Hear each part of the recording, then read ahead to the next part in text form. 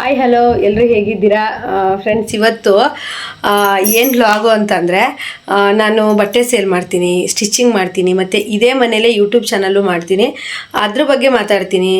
ಹೆಂಗಂದರೆ ನಾನು ಇವು ಮೂರರಿಂದನೂ ನಾನು ಬಾಡಿಗೆ ಮನೇಲಿರೋದು. ಬಾಡಿಗೆ ಮನೆ ಬಂದುಬಿಟ್ಟು 5,500 ಬಾಡಿಗೆ. ಈ 5,500 ಬಾಡಿಗೆನ ಈ ಮೂರೂ ಬಿಸ್ನೆಸ್ಸಲ್ಲಿ ಹೇಗೆ ನಾನು ಸರಿದೂಗಿಸ್ಕೊತ ಹೋಗ್ತಾ ಇದ್ದೀನಿ ಅಂತ ನೋಡಿ.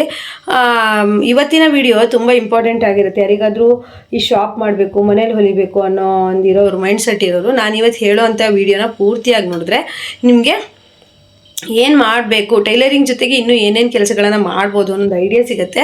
ಹಾಗೆ ಹೇಗೆ ದುಡ್ಡನ್ನು ಸೇವ್ ಮಾಡ್ಬೋದು ಅನ್ನೋದು ಸಹಿತ ಐಡಿಯಾ ಸಿಗುತ್ತೆ.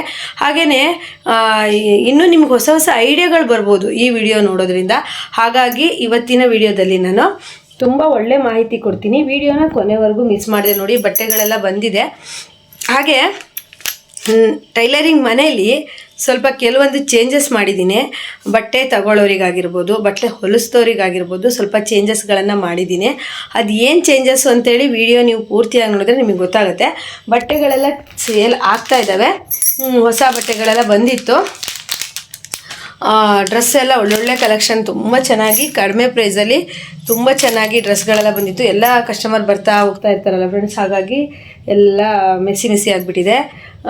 ಯಾರು ಏನು ತಿಳ್ಕೊಂಬಿಡಿ. ನೋಡಿ, ನಾನು ಬ್ಯಾಕ್ ಕ್ಯಾಮ್ರಾದಿಂದ ನಿಮಗೆ ತೋರಿಸ್ತೀನಿ ಬಟ್ಟೆಗಳೆಲ್ಲ ಹೇಗಿದ್ದಾವೆ ಅಂತ. ಡ್ರೆಸ್ಗಳೆಲ್ಲ ತುಂಬ ಬಂದಿದ್ದಾವೆ, ಹಾಗೆಯೇ ತಗೊಳ್ತಾನೂ ಇದ್ದಾರೆ.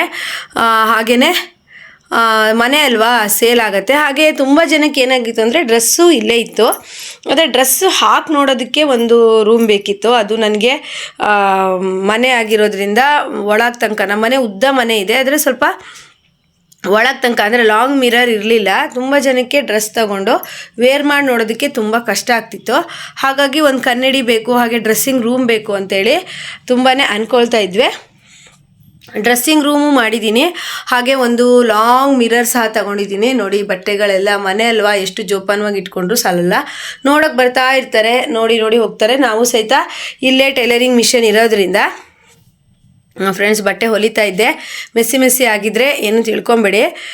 ನೋಡಿ, ಟೈಲರಿಂಗ್ ರೂಮ್ ಅಲ್ವಾ, ನಾನು ಟೈಲರಿಂಗು ಇಲ್ಲೇ ಮಾಡ್ತೀನಿ, ಬಟ್ಟೆ ಸೇಲು ಇಲ್ಲೇ ಮಾಡ್ತೀನಿ, ಯೂಟ್ಯೂಬ್ ವಿಡಿಯೋ ಸಹಿತ ಇಲ್ಲೇ ಮಾಡ್ತೀನಿ. ಮೂರರಲ್ಲೂ ಬರೋ ಇನ್ಕಮಿಂದ ನಾನು ಈ ಮನೆಗೆ ಬಾಡಿಗೆ ಕಟ್ಟೋದು ಅಷ್ಟೊಂದು ಕಷ್ಟ ಆಗಲ್ಲ. ನನಗೇನು ಇನ್ಕಮ್ ಇಲ್ಲ ಅಂದರೆ 5,500 ಬಾಡಿಗೆ ಕಟ್ಟೋದು ತುಂಬ ಕಷ್ಟ ಆಗ್ತಿತ್ತು. ಹಾಗೆ ಮಿರರ್ ತೊಗೊಂಬಂದಿದ್ದೀನಿ ನೋಡಿ. ಇದು ಇಲ್ಲಿ ಬಟ್ಟೆ ತೊಗೊಂಡು ಇಲ್ಲಿ ಮಿರರ್ ಅಂದರೆ ಹಿಡ್ದೆಲ್ಲ ನೋಡ್ತಾ ಇರ್ತಾರಲ್ವ, ಹಾಗಾಗಿ ಉದ್ದ ಒಂದು ಮಿರರ್ ತಂದು ಇಲ್ಲಿ ಹಾಕಿದ್ದೀನಿ. ಹಾಗೆಯೇ ಡ್ರೆಸ್ಸಿಂಗ್ ರೂಮ್ ಸಹ ಮಾಡಿದ್ದೀನಿ. ಎಲ್ಲಿ ಅಂತ ಹೇಳಿ ತೋರಿಸ್ತೀನಿ ನಿಮಗೆ. ನೋಡಿ ಫ್ರೆಂಡ್ಸ್, ಇದು ಕಟಿಂಗ್ ಮಾಡೋದಕ್ಕೆ ಇಲ್ಲಿ ಹಾಕಿದ್ದೀನಿ. ಹಾಗೆ ಸ್ಟಿಚಿಂಗ್ ಅಲ್ಲಿ ಮಾಡ್ತೀನಿ, ಇಲ್ಲೇ ಹತ್ರ ಇರುತ್ತೆ. ಹಾಗೆ ವಿಡಿಯೋ ಸಹಿತ ಹೀಗೆ ಮಾಡ್ತೀನಿ. ಇನ್ನೂ ಸಹಿತ ಸ್ವಲ್ಪ ಚೇಂಜಸ್ ಮಾಡ್ತಿದ್ದೆ. ಅಂದರೆ ಚೇಂಜಸ್ ಏನಂದರೆ ಇಟ್ಟಿರೋ ವಸ್ತುಗಳನ್ನೆಲ್ಲ ಏನು ಚೇಂಜಸ್ ಮಾಡಲ್ಲ. ಸ್ವಲ್ಪ ಗೋಡೆಗೆಲ್ಲ ಸ್ವಲ್ಪ ವಾಲ್ಪೇಪರ್ ಎಲ್ಲ ಹಾಕಿ ಚೇಂಜಸ್ ಮಾಡೋದ್ರಲ್ಲಿ ಇದ್ದೀನಿ. ನಾವು 3 ಅರ್ನಿಂಗ್ಸ್ ಅಂದರೆ ಕೆಲಸಗಳನ್ನು ಇಲ್ಲೇ ಮಾಡ್ತೀವಿ. ಅರ್ನಿಂಗ್ಸ್ ಬಂದಿದ್ರಲ್ಲಿ ಬಾಡಿಗೆ ಕಟ್ಟೋಕ್ಕೆ ಕಷ್ಟ ಆಗಲ್ಲ. ನಾವು ಇರೋದು ಇಲ್ಲೇ, ಟೈಲರಿಂಗ್ ಮಾಡೋದು ಇಲ್ಲೇ, ಬಟ್ಟೆ ಸೇಲ್ ಮಾಡೋದು ಇಲ್ಲೇ, ಹಾಗೆ ಬಟ್ಟೆ ಹೊಲಿಯೋದು ಇಲ್ಲೇ, ಯೂಟ್ಯೂಬ್ ಚಾನಲ್ ವೀಡಿಯೋಸು ನಾನು ಆಲ್ಮೋಸ್ಟು ಇಲ್ಲೇ ಮಾಡ್ತೀನಿ. ಬಟ್ಟೆಗಳನ್ನು ತುಂಬ ತಂದು ರಾಶಿ ಹಾಕೊಳ್ಳಲ್ಲ ಫ್ರೆಂಡ್ಸ್, ಸೇಲ್ ಆದಂಗೂ ತರ್ತೀನಿ. ಯಾಕಂದರೆ ಇವಾಗೆಲ್ಲ ಆನ್ಲೈನ್ ತುಂಬಾ ಓಡ್ತಾ ಇರೋದ್ರಿಂದ ನಾವು ಮೂರವರೇ ನಮ್ಮ ಹತ್ರ ಬಟ್ಟೆ ತಗೊಳ್ಳಲ್ಲ. ಯಾಕಂದರೆ ಇವಳಿಗೊಂದು ಬಟ್ಟೆ ವ್ಯಾಪಾರ ಆದರೆ ಅವಳಿಗೆ ಬಂದುಬಿಡುತ್ತಲ್ಲ ಅಂತ ಹೇಳ್ಬಿಟ್ಟು ಆ ಥರ ಮಾಡ್ತಾರೆ. ಇಲ್ಲ ತುಂಬ ಕಡಿಮೆ ಕೇಳ್ತಾರೆ ಬಟ್ಟೆಗಳನ್ನು. ಹಾಗಾಗಿ ಬನ್ನಿ ಹೊರಗೆ ಹೋಗೋಣ. ಅಲ್ಲಿ ಡ್ರೆಸ್ಸಿಂಗ್ ರೂಮ್ ಮಾಡಿದ್ದೀನಿ ಫ್ರೆಂಡ್ಸ್. ಇದು ಡ್ರೆಸ್ಸಿಂಗ್ ರೂಮು. ಅಂದರೆ ಡ್ರೆಸ್ ತಗೊಳ್ತಿದ್ರಲ್ವ, ಅವ್ರಿಗೆ ಹಾಕಿ ನೋಡೋಕ್ಕೆ ಮನೆ ಒಳಗಡೆ ನೋಡಿ, ನಮ್ಮ ಮನೆ ಒಳಗೆ ಅಲ್ಲಿ ಹೋಗಬೇಕಿತ್ತು. ಮತ್ತು ಮಕ್ಕಳಿಗೆಲ್ಲ ಸ್ವಲ್ಪ ಹಿಂಸೆ ಆಗೋದು, ಅಂದರೆ ಎಲ್ಲ ಕಸ್ಟಮರು ಒಳಗಡೆ ಹೋಗಿ ಸರಿಯಾಗಲ್ವಲ್ಲ. ಇದು ಡ್ರೆಸ್ಸಿಂಗ್ ರೂಮ್ ಅಂತ ಇಲ್ಲಿ ಮಾಡಿದ್ದೀನಿ. ಇದರೊಳಗಡೆ ನೋಡಿ, ಇದ್ರೊಳಗಡೆ ಹೊಲಿಯೋ ಬಟ್ಟೆಗಳು, ಸ್ಟಿಚಿಂಗ್ ಬಟ್ಟೆಗಳು ಇದರಲ್ಲಿ ಇಟ್ಟಿದ್ದೀನಿ. ಇಷ್ಟು ಜಾಗದಲ್ಲಿ ಇಲ್ಲಿ ಡ್ರೆಸ್ ಹಾಕಿ ನೋಡ್ಬೋದು. ನಿಮಗೆ ಬ್ಯಾಕ್ ಕ್ಯಾಮ್ರಾದಿಂದ ತೋರಿಸ್ತೀನಿ. ಇಲ್ಲಿ ಐರನ್ ಮಾಡೋದಕ್ಕೆ ಇಟ್ಕೊಂಡಿದ್ದೀನಿ ಟೇಬಲು. ಈ ರೀತಿ ಸೆಟ್ ಮಾಡ್ಕೊಂಡಿದ್ದೀನಿ. ಇದೊಂದು ರೂಮ್ ಥರ, ಅಂದರೆ ಕರ್ಟನ್ ಹಾಕ್ಬಿಟ್ಟು ರೂಮ್ ಥರ ಸೆಟ್ ಮಾಡಿದ್ದೀನಿ ನೋಡಿ. ಡ್ರೆಸ್ಸಿಂಗ್ ಆರಾಮಾಗಿ ನಾನು ಅಲ್ಲಿ ಹೊಲಿತಿದ್ದೆ ಅಂದರೆ ಇಲ್ಲಿ ಡ್ರೆಸ್ ಚೇಂಜ್ ಮಾಡ್ಕೊಳ್ತಾರೆ, ಮತ್ತು ಡ್ರೆಸ್ ಹಾಕಿ ನೋಡ್ತಾರೆ. ಒಂದು ರೂಮ್ ಮಾಡಿದ್ದೀನಿ, ಡ್ರೆಸ್ಸಿಂಗ್ ರೂಮ್. ಅಂದರೆ ಬ್ಲೌಸ್ ಹೊಲಿದಿದ್ದು ಹಾಕಿ ನೋಡೋದಕ್ಕೂ ಸರಿ ಆಗುತ್ತೆ. ಇದು ಎಂಟ್ರೆನ್ಸ್ ಇತ್ತು, ಇಲ್ಲಿ ಡ್ರೆಸ್ಸಿಂಗ್ ರೂಮ್ ಮಾಡಿದ್ದೀನಿ. ಈ ಥರ ಹಾಕಿ ನೋಡೋದಕ್ಕೂ ಕರೆಕ್ಟ್ ಆಗುತ್ತೆ ಅಂದ್ಬಿಟ್ಟು ಈ ರೀತಿ ಕರ್ಟನನ್ನು ಹಾಕಿದ್ದೀನಿ. ಮತ್ತು ನಾವು ಟೈಲರಿಂಗ್ ಬಟ್ಟೆ ಕೊಟ್ಟಿರೋದನ್ನು ನಾವು ಇಟ್ಟಿರ್ತೀವಲ್ಲ ಮನೆಯಲ್ಲಿ ಸ್ವಲ್ಪ ಗಜಿಬಿಜಿಯಾಗಿ ಕಾಣಿಸಲ್ಲ, ನೀಟಾಗಿ ಕಾಣಿಸುತ್ತೆ. ಎಂಟ್ರೆನ್ಸ್ ಇಲ್ಲಿ ಬಂದರೆ ನೀಟಾಗಿ ಈ ರೀತಿ ಸೇಲ್ ಮಾಡೋ ಬಟ್ಟೆ ಮತ್ತು ಸ್ಟಿಚ್ ಮಾಡೋಕ್ಕೆ ಬಟ್ಟೆ ಒಂದೇ ಕಡೆ ಇಡೋಕ್ಕೆ ಬರೋದಿಲ್ಲ. ಸೇಲ್ ಮಾಡೋ ಬಟ್ಟೆನೇ ನಾವು ಬೇರೆ ಇಡಬೇಕಾಗತ್ತೆ, ಸ್ಟಿಚ್ ಮಾಡೋ ಬಟ್ಟೆನೇ ಬೇರೆ ಇಡಬೇಕಾಗತ್ತೆ. ಹಾಗಾಗಿ ನಾನು ಈ ರೀತಿ ಸೆಟಪ್ ಮಾಡಿದ್ದೀನಿ. ನಿಮಗೆಲ್ಲ ಹೇಗೆ ಅನ್ನಿಸ್ತು ಅಂತ ನನಗೆ ಕಮೆಂಟ್ ಮಾಡಿ. ಇಲ್ಲಿ ನೋಡಿ, ನಾನು ಈ ಚೇರ್ ಮೇಲೆ ಕೂತು ಕಟ್ ಮಾಡ್ತೀನಿ. ಹಾಗೆ ಕಟ್ ಮಾಡಿರೋ ಬಟ್ಟೆನ ಅಲ್ಲಿ ಹೊಲಿತೀನಿ. ಬಟ್ಟೆ ನೋಡೋಕೆ ಬಂದವರು ಇಲ್ಲೇ ನನ್ನ ಎದುರುಗಡೆನೇ ಬಟ್ಟೆನ ನೋಡ್ತಾರೆ. ಇದು 2 ಟೇಬಲ್ ಮೇಲೂ ಬಟ್ಟೆಗಳನ್ನು ನೋಡ್ತಾರೆ. ಆಗ ನನಗೆ ಬಟ್ಟೆಗಳು ಈಗ ನಾನು ಆರಾಮಾಗಿ ಹೊಲಿತಾ ಇರ್ಬೋದು, ಕಸ್ಟಮರು ಬಟ್ಟೆಗಳನ್ನು ನೋಡಿ ಯಾವ್ದು ಬೇಕು ಅಂತ ತಗೊಳ್ತಾರೆ. ಬಿಲ್ ಮಾಡಬೇಕು ಅಂದರೂ ನಾನು ಟೈಲರಿಂಗ್ ಮಿಷಿನ್ ಮೇಲೆ ಕುತ್ಕೊಂಡು ಬಿಲ್ಲು ಆರಾಮಾಗಿ ಮಾಡ್ಬೋದು. ನೋಡಿ, ಈಗ ಹೆಂಗಂದರೆ ಕಸ್ಟಮರ್ ಈಗ ಬಟ್ಟೆಗಳು ಒಂದು ಬೇರೆ ರೂಮಲ್ಲಿ ಇತ್ತು ಅಂದರೆ ನಾವು ಕಸ್ಟಮರ್ ಬಂದಾಗ ಹೇಗಾಗುತ್ತೆ ಅಂದರೆ ಟೈಮ್ ವೇಸ್ಟ್. ನಾವು ಬಟ್ಟೆ ಹೊಲಿಯೋದು ಬಿಟ್ಬಿಟ್ಟು ಬಟ್ಟೆಗಳನ್ನು ತೋರಿಸ್ಬೇಕಲ್ವಾ, ಅದಕ್ಕೋಸ್ಕರ ಅಲ್ಲೂ ನಂಗೆ ಟೈಮ್ ವೇಸ್ಟ್ ಆಗಬಾರ್ದು ಅಂತ ನಾನು ತುಂಬ ಯೋಚನೆ ಮಾಡಿ ಇಲ್ಲೇ ನಾನು ಸ್ಟಿಚ್ ಮಾಡೋದಕ್ಕೆ ಇಟ್ಕೊಂಡೆ. ಯಾಕಂದರೆ ಈಗ ಇಲ್ಲೇ ನೋಡ್ತಾರೆ ನೋಡಿ, ಇಲ್ಲೇ ನೋಡ್ತಾರೆ. ಬಿಲ್ ಮಾಡೋದಾದ್ರೆ ನಾನು ಅಲ್ಲೇ ಬುಕ್ ಇಟ್ಕೊಂಡಿದ್ದೀನಿ, ಬಟ್ಟೆ ಇಷ್ಟು ಅಂತ ಬಿಲ್ ಮಾಡಿಕೊಡ್ತೀನಿ. ಅಕಸ್ಮಾತ್ ಅವ್ರು ಏನಾದರೂ ತುಂಬ ಬಟ್ಟೆಗಳನ್ನು ಹರಡಿ ಹೋಗಿದ್ರು ಅಂದರೆ ಅವ್ರು ಹೋದ್ಮೇಲೆ ಎಲ್ಲ ತೆಗೆದ್ಬಿಟ್ಟು ಈ ರ್ಯಾಕಲ್ಲಿ ಜೋಡಿಸ್ತೀನಿ. ಈ ರ್ಯಾಕಲ್ಲಿ ಅಂದರೆ ನಾನು ಪ್ರತಿದಿನ ಸಮ ಮಾಡಿ ಇಡೋಕ್ಕೆ ಹೋಗಲ್ಲ ಫ್ರೆಂಡ್ಸ್, ಟೈಮ್ ಅಷ್ಟು ಇರೋದಿಲ್ಲ. ನೋಡ್ತಾರೆ, ಎಷ್ಟೇ ನೀವು ಇಟ್ರು ನಾವೆಲ್ಲ ಕ್ಲೀನ್ ಮಾಡಿ ಇಟ್ವಿ ಅನ್ನೋಷ್ಟೊತ್ತಿಗೆ ಮತ್ತೆ ಬರ್ತಾರೆ, ತಗೊಳ್ತಾರೆ, ಹಾಗೆ ಮಾಡ್ತಾರೆ. ಖಾಲಿ ಆದಂಗೆ ಸ್ವಲ್ಪ ಸ್ವಲ್ಪ ತರಿಸ್ತಾ ಇರ್ತೀನಿ. ಯಾಕಂದರೆ ಒಂದೇ ಸತಿಗೆ ತುಂಬ ಅಮೌಂಟ್ ಇನ್ವೆಸ್ಟ್ ಮಾಡಿ ವೇಸ್ಟ್ ಆಗೋದು ಬೇಡ ಅಂತ.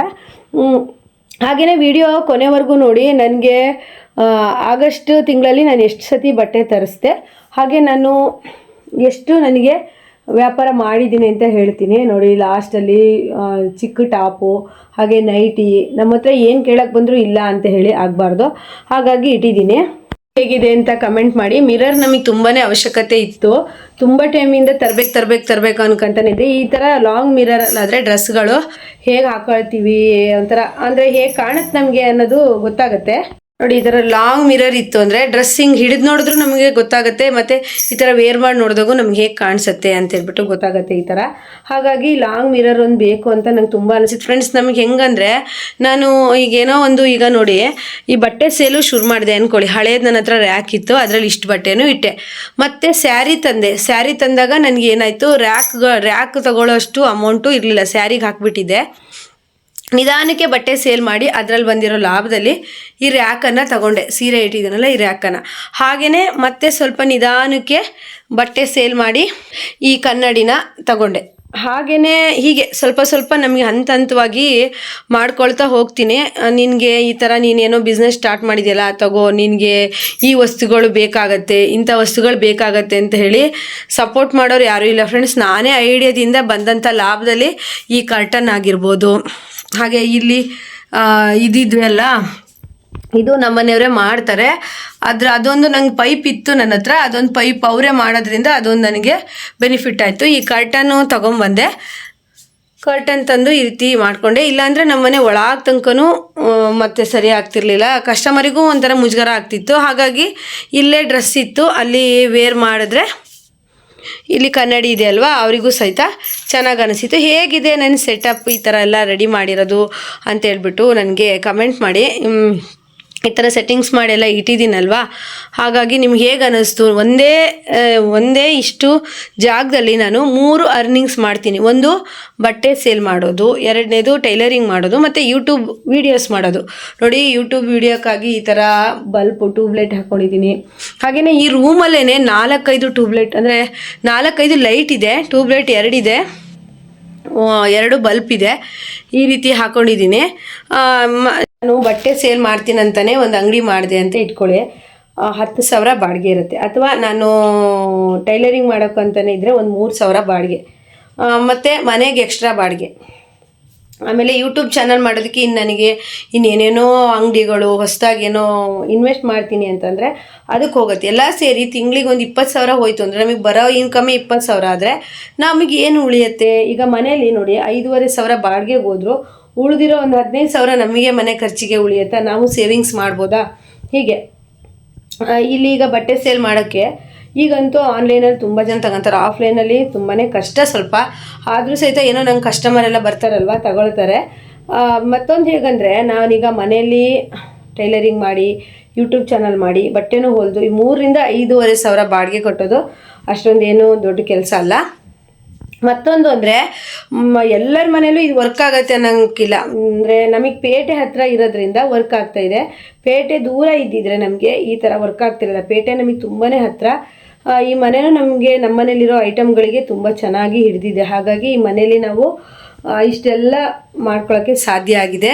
ಆಗಸ್ಟ್ ಮಧ್ಯದವರೆಗೂ ನಾನು 10,000 ಅರ್ನಿಂಗ್ಸ್ ಮಾಡಿ 10,000 ಬಟ್ಟೆ ತರಿಸಿದ್ದೀನಿ. ಅಂದರೆ ಈಗ ಇದೆರಡರ ಮಧ್ಯದ್ದು ಈಗ ನೋಡಿ ಇವತ್ತು ಎಷ್ಟು ತಾರೀಕು ಅಂತಂದರೆ 17 ಅಲ್ವಾ, 17ರಿಂದ 17ಕ್ಕೆ 1 ತಿಂಗಳು ಅಂತ ಲೆಕ್ಕ ಇಟ್ಟಿದ್ದೆ. ಇದು 10,000 3 ಸತಿ ತರಿಸಿದ್ದೀನಿ ಬಟ್ಟೆನ.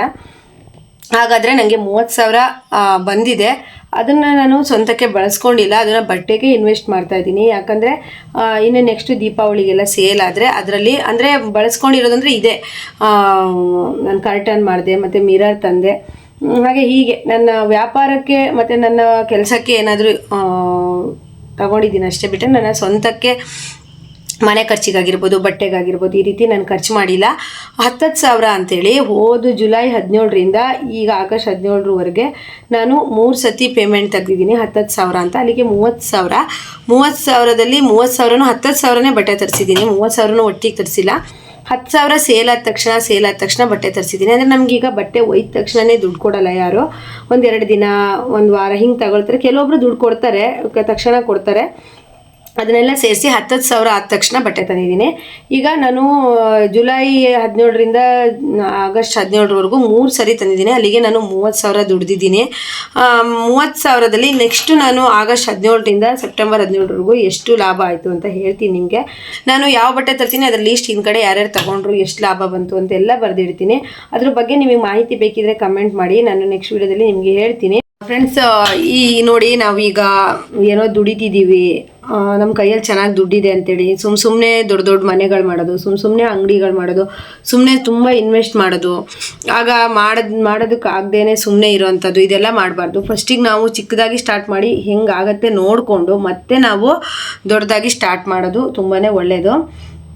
ಯಾಕೆ ಗೊತ್ತಾ, ಒಂದೊಂದ್ಸಲಿ ಏನಾಗುತ್ತೆ ಅಂತಂದರೆ ನಾವೇನೋ ದೊಡ್ಡದಾಗಿ ಕಸ್ಟಮರ್ ಬಂದುಬಿಡ್ತಾರೆ, ನಮಗೆ ಎಲ್ಲದು ಆಗ್ಬಿಡುತ್ತೆ, ಚೆನ್ನಾಗೇ ಆಗ್ಬಿಡುತ್ತೆ, ನಾವು ಗೆದ್ದು ಬಿಡ್ತೀವಿ ಅಂತೇಳಿ ದೊಡ್ಡದಾಗಿ ಅಂಗಡಿ ಮಾಡಿದ್ರೆ ಒಂದೊಂದ್ಸರಿ ಕೈ ಹಿಡಿದ್ರೆ ಹಿಡಿತು, ಹಿಡಿದಿದ್ರೆ ಇಲ್ಲ, ಆ ರೀತಿ ಎಲ್ಲ ಆಗುತ್ತೆ. ಅದರಿಂದ ಫಸ್ಟಿಗೆ ನಾವು ನೋಡ್ಕೊಬೇಕು. ಅಂದರೆ ನಮಗೆ ಏನಾದರೂ ಸಾಲ ಮಾಡ್ಕೊಂಡ್ವಿ ಅಥವಾ ಬಿಸ್ನೆಸ್ಸಲ್ಲಿ ಸೋತ್ವಿ ಅಂತಂದರೆ ಯಾವ್ದಾದ್ರು ಕೈ ಹಿಡಿಯೋರಿದ್ದರೆ ಓಕೆ.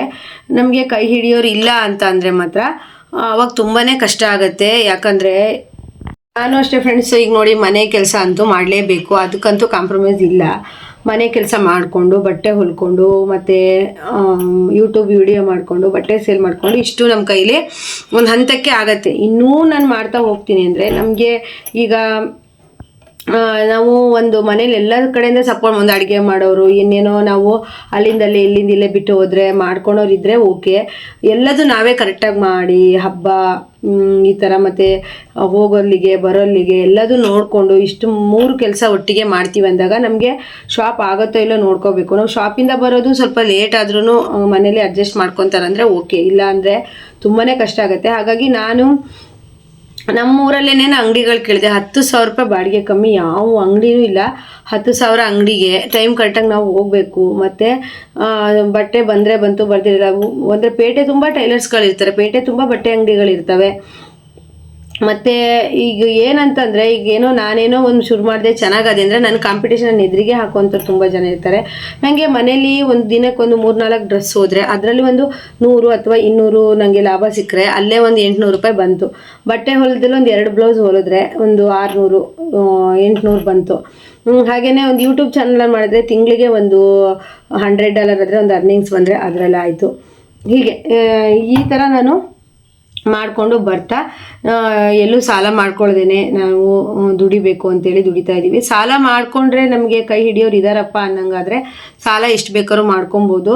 ನಾವು ಸುಮ್ಮನೆ ಏನೋ ಮಾಡ್ತೀವಿ ಅಂತ ಸಾಲ ಮಾಡ್ಕೊಳ್ತಾ ಹೋಗ್ತೀವಿ. ಆಮೇಲೆ ಒಂದು ಸರಿ ತಿರುಗಿ ನೋಡಿದಾಗ ಇಷ್ಟೊಂದು ಸಾಲ ಮಾಡ್ಕೊಂಡ್ವಾ, ತಿಂಗ್ಳಿಗೆ ನಾನು 30,000 ದುಡಿಯೋದಾದ್ರೆ 60,000 ಸಾಲ ಇದೆಯಲ್ಲಪ್ಪ ಅಂತ ಅನ್ಸುತ್ತೆ. ಅಂಥ ಪರಿಸ್ಥಿತಿಗೆ ಯಾರು ಬರಬೇಡಿ. ನೋಡ್ಕೊತ ನಿಮ್ಗೆ ಏನೇ ಮಾಡಿದ್ರು ಸಹಿತ ಒಂದ್ಸಲ ಅಲ್ಲ 10 ಸಲ ಯೋಚನೆ ಮಾಡಿ ನಿರ್ಧಾರ ಮಾಡಿ. ಈಗ ನೋಡಿ, ನಾನು ಈ 3 ಕೆಲಸಗಳನ್ನು ಮನೆಯಲ್ಲೇ ಮಾಡ್ತೀನಿ. 5,500 ಮನೆ ಬಾಡಿಗೆ ಅರ್ನಿಂಗ್ಸು ನನಗೇನು ಅಂತ ಹೆಚ್ಚಲ್ಲ. ಈಗ ನಮ್ಮ ಮನೆಯವ್ರು ಒಬ್ಬರೇ ದುಡಿತಾ ಇದ್ರು, ಅವ್ರ ಥರ ಅರ್ನಿಂಗ್ಸ್ ಅಲ್ಲ. ಅವರು ಒಂದು 20,000 ಸಂಬಳ ತರ್ತಿದ್ದಾರೆ ಅಂದರೆ ಅದರಲ್ಲಿ ನಾನು 5,500 ಬಾಡಿಗೆ ಕಟ್ಟೆ ಅಂದರೆ ಕಾಲಂಶ ಹೋಯಿತು. ಇನ್ನು 15,000 ರೂಪಾಯಲ್ಲಿ ನಮ್ಮ ಜೀವನ ನಡೆಸೋದು ಈಗಿನ ಜೀವನದಲ್ಲಿ ತುಂಬ ಕಷ್ಟ. ಮಕ್ಕಳು ಫೀಸ್ ಆಗಿರ್ಬೋದು, ಹಬ್ಬಗಳು, ಬಟ್ಟೆ ಬರಿ ಇಂಥದ್ದೆಲ್ಲ ನೋಡ್ಕೊಳ್ಳೋದು ಈಗಿನ 15,000 ಏನಕ್ಕೂ ಸಾಲಲ್ಲ. ಕರೆನ್ಸಿ, ಪೆಟ್ರೋಲು ಈ ಥರ ಏನಕ್ಕೂ ಸಾಲಲ್ಲ. ಅದರಿಂದ ಈಗ ನಾನು ಮನೇಲೇ ಈ 3 ಕೆಲಸಗಳನ್ನು ಮಾಡೋದ್ರಿಂದ 5,500 ನಾನೇ ಕಟ್ಟೋದ್ರೂ ನನಗೆ ಅಷ್ಟು ಹೆವಿ ಅನಿಸಲ್ಲ. ನಾನು ಮನೆಯಲ್ಲಿ ಮತ್ತು ಅಂಗಡಿ, ಮತ್ತೊಂದು ಕಡೆ ಅಂಗಡಿ ಅಂತ ಮಾಡಿಕೊಂಡ್ರೆ 25,000 ಬರೀ ಈ ಥರನೇ ಆದರೆ ನಮಗೆ ಉಳಿಯೋದೆಲ್ಲಿಂದ? ಹೀಗೆ ಮಾಡಿದ್ರು ಅಷ್ಟೇ, ಹಾಗೆ ಮಾಡಿದ್ರು ಅಷ್ಟೇ, ಎಷ್ಟು ಮಾಡಿದ್ರು ನಮಗೆ ಎಷ್ಟು ಉಳಿಬೇಕೋ ಅಷ್ಟೇ ಉಳಿಯುತ್ತೆ. ಈ ರೀತಿ ನಾನು ಹಣ ಸೇವಿಂಗ್ಸ್ ಮಾಡ್ತೀನಿ ಫ್ರೆಂಡ್ಸ್. ಈಗ ನಾವು ದುಡಿಯೋ ಟೈಮಲ್ಲಿ ಸ್ವಲ್ಪ ಸೇವಿಂಗ್ಸ್ ಮಾಡಿದ್ರೆ ಮಾತ್ರ ನಮಗೆ ಮುಂದೆ ನಮಗೆ ಸ್ವಲ್ಪ ವರ್ಷ ಆದಮೇಲೆ ನಾನು ಏನು ಉಳಿಸಿದ್ರಂತೆ ಸಿಗುತ್ತೆ. ನೀವು ನೋಡ್ಬೋದು, ತುಂಬ ದೊಡ್ಡ ಅಂಗಡಿಗಳಾಗಿರ್ಬೋದು, ಏನೇನೋ ಮಾಡಿರ್ತಾರೆ. ಎಷ್ಟು ಸೇವಿಂಗ್ಸ್ ಮಾಡಿರೋದ್ರೆ ಇಲ್ಲ, ಎಲ್ಲ ಬಂಡವಾಳ ಹಾಕ್ಬಿಟ್ಟಿದ್ದೀನಿ, ಸೇವಿಂಗ್ಸ್ ಇನ್ಮೇಲೆ ಮಾಡಬೇಕು ಅಂತಾರೆ. ನಾವು ಏನೇ ಮಾಡಿದ್ರು ಲಾಭಾಂಶ ಅನ್ನೋದನ್ನು ತೆಗೆದಿಟ್ಕೊತ ಹೋಗಿ ಅದರಿಂದ ಏನಾದರೂ ನೆನಪಿಗೆ ತಗೊಂಡ್ವಿ ಅಂತಂದರೆ ಅದರಲ್ಲಿ ತುಂಬಾ ಇದೆ. ನಾನು ಫ್ರೆಂಡ್ಸ್ ಹೆಂಗಾಯ್ತು ಅಂದರೆ, ನನಗೆ ಒಂದು ಸಂಘದ ವತಿಯಿಂದ ಟೈಲರಿಂಗ್ ಕಲಿಸೋದಕ್ಕೆ ಕರೆದ್ರು. ಅಲ್ಲಿ ಹೋಗಿ 3 ತಿಂಗಳು ಟೈಲರಿಂಗ್ ಕಲಿಸೋಕ್ಕಿತ್ತು. 12,000 ಕೊಡ್ತೀವಿ ಅಂತ ಹೇಳಿದ್ರು. ಆ 12,000ನ ತಂದುಬಿಟ್ಟು ನಾನು ಮನೆಗೆ ಅಂದರೆ ನೀರು ಒಲೆಗೆ ಬೆಂಕಿ ಹಾಕಿ ಕಟ್ಟಿಗೆನೂ ಸಿಗ್ತಿರ್ಲಿಲ್ಲ. ತುಂಬ ಲೇಟ್ ಆಗೋದು ಬಟ್ಟೆ ಹೊಲಿಗೆ ಕೂತ್ಕೊಳ್ಳೋಕ್ಕೆ. ಅದಕ್ಕಾಗಿ ನಾನು ಏನು ಮಾಡಿದೆ, ಗೀಝರ್ ತಂದೆ. ಆ 12,000ದಲ್ಲಿ ಗೀಝರ್ ತಂದು ಗೀಝರ್ ಫಿಟ್ ಮಾಡಿದಾಗ ಬೇಗ ಕೆಲಸ ಸ್ಟಾರ್ಟ್ ಆಯಿತು. ನಮ್ಮ ಟೈಲರಿಂಗ್ ಸೈಡ್ ಚೆನ್ನಾಗಿ ನಡೆಯೋಕ್ಕೆ ಸ್ಟಾರ್ಟ್ ಆಯಿತು. ಹಾಗೆಯೇ ನಾನೇನು ಮಾಡಿದೆ, ನನಗೆ ತುಂಬಾ ಬಟ್ಟೆ ಒಗೆಯೋದಕ್ಕೆ ಟೈಮೇ ಸಿಗ್ತಿರ್ಲಿಲ್ಲ. ನಾನು ಸ್ವಲ್ಪ ಸೇವಿಂಗ್ಸ್ ಮಾಡಿ ವಾಷಿಂಗ್ ಮಿಷನ್ ತಂದ್ಕೊಂಡೆ. ಆಗ ಬೇಗನೆ ವಾಷಿಂಗ್ ಮಿಷನಿಗೆ ಬಟ್ಟೆ ಹಾಕೋದ್ರಿಂದ ಕೆಲಸಗಳು ಬೇಗನೆ ಆಯಿತು. ಹೀಗೆ ನಮ್ಮ ಕೆಲಸಕ್ಕೆ ಈಸಿ ಆಗುವಂಥ ವಸ್ತುಗಳನ್ನ ತಂದ್ಕೊಂಡು ನಾವು ಕೆಲಸ ಮಾಡ್ಬೋದು. ಈ ಥರ ಎಲ್ಲ ಮಾಡಿಕೊಂಡು ನಾನು ಅರ್ನಿಂಗ್ಸ್ ಮಾಡ್ತೀನಿ. ತುಂಬ ಬಟ್ಟೆ ಬರುತ್ತೆ, ನನಗೊಬ್ಬರಿಗೆ ಅದನ್ನು ಮೇಂಟೈನ್ ಮಾಡೋಕ್ಕಾಗಲ್ಲ. ನಾನು ಯಾಸ್ಮಿನ್ ಹೊಲಿತಿದ್ಲು, ಈಗ ಸಹನಾ ಇದ್ದಾಳೆ. ಹೀಗೆ ತುಂಬ ಬಟ್ಟೆ ಅವರಿಗೂ ಪಾಪ ಕೆಲಸ ಕೊಡೋಣ. ನಾನು ತುಂಬ ಬಟ್ಟೆ ಬಂದಾಗ ಆಗಲ್ಲ ಅಂತ ವಾಪಸ್ ಕಳ್ಸೋಕ್ಕಾಗಲ್ಲ. ಅದೇ ನಾವು ತುಂಬ ಟೈಲರ್ಸ್ಗಳ ಅಕ್ಕಪಕ್ಕ ಇರಲ್ಲ ಅಂಗಡಿ ಮಾಡಿದ್ರೆ ನಾವು ಇಲ್ದಿದ್ದೇ ಇರಲಿ ಕೆಲವು ಸರಿ ಅವ್ರ ಕಡೆನೂ ಹೋಗ್ಬಿಡ್ತಾರೆ ನಮ್ಮ ಕಸ್ಟಮರ್. ಈಗ ನಾವು ಮನೆ ದೂರದಲ್ಲಿ ಸ್ವಲ್ಪ ಇರೋದ್ರಿಂದ ನಮ್ಮ ಕಸ್ಟಮರ್ ಅಕಸ್ಮಾತ್ ನಾವು ಇಲ್ಲ ಅಂದರೂ ಇಲ್ಲೇ ನಮ್ಮ ಮನೆ ಹತ್ರ ಕಿಟಕಿಗೆ ಅಥವಾ ನಂಗೆ ಫೋನ್ ಮಾಡೋದು ಈ ಥರ ಮಾಡ್ತಾರೆ. ಈ ಥರ ನಾನು ಸೇವಿಂಗ್ಸ್ ಮಾಡ್ಕೊತ ಬಂದಿರೋದು ಇಷ್ಟು ವರ್ಷದಿಂದ. ಇದುವರೆಗೂ ನನಗೆ ಅಂಗಡಿ ಮಾಡಬೇಕು ಅನಿಸಿಲ್ಲ. ಇನ್ಮೇಲೆ ನೋಡಬೇಕು ಫ್ರೆಂಡ್ಸ್, ಏನಾಗುತ್ತೋ ಮುಂದಿಂದ ಯಾರಿಗೂ ಗೊತ್ತಿಲ್ಲ ಅಲ್ವಾ. ಈ ರೀತಿ ಎಲ್ಲ ಮಾಡಿ ನಾನು ಅರ್ನಿಂಗ್ಸ್ ಮಾಡಿಬಿಟ್ಟು ಮನೆ ಬಾಡಿಗೆಗೆ ಈ ಥರ ಇದ್ದೀನಿ. ನನಗೆ ಬರೋವಂಥ ಅರ್ನಿಂಗ್ಸಲ್ಲಿ ನಾನು ಇನ್ನೂ ಒಳ್ಳೆ ಮನೆ ಅಂತ ಹುಡ್ಕೊಂಡು ಹೋದರೆ ಬರೀ 10,000 12,000 ಬರೀ ಮನೆ ಬಾಡಿಗೆ ಕೊಟ್ಟರೆ ನಾವು ಏನು ಉಳ್ಸೋಕ್ಕೆ ಸಾಧ್ಯ ಅಲ್ವಾ. ಈ ರೀತಿ ಎಲ್ಲ ಯೋಚನೆ ಮಾಡಿ ನಾನು ನಮ್ಮ ಮನೇಲಿ ಈ ರೀತಿ ಸೆಟ್ಟಿಂಗ್ಸ್ ಮಾಡಿರೋದು ನಿಮಗೆ ಯಾವ ರೀತಿ ಇಷ್ಟ ಆಯಿತು ಅಂತ ಕಮೆಂಟ್ ಮಾಡಿ. ಹಾಗೆಯೇ ವಿಡಿಯೋ ನೋಡಿದವರು ಲೈಕ್ ಮಾಡೋದನ್ನು ಮರಿಬೇಡಿ. ಇನ್ನೂ ಇದೇ ರೀತಿ ಹೊಸ ವೀಡಿಯೋಸ್ಗಳನ್ನು ಹಾಕ್ತಾ ಹೋಗ್ತೀನಿ. ಮತ್ತೆ ಬರ್ತೀನಿ. ಎಲ್ರಿಗೂ ಬಾಯ್.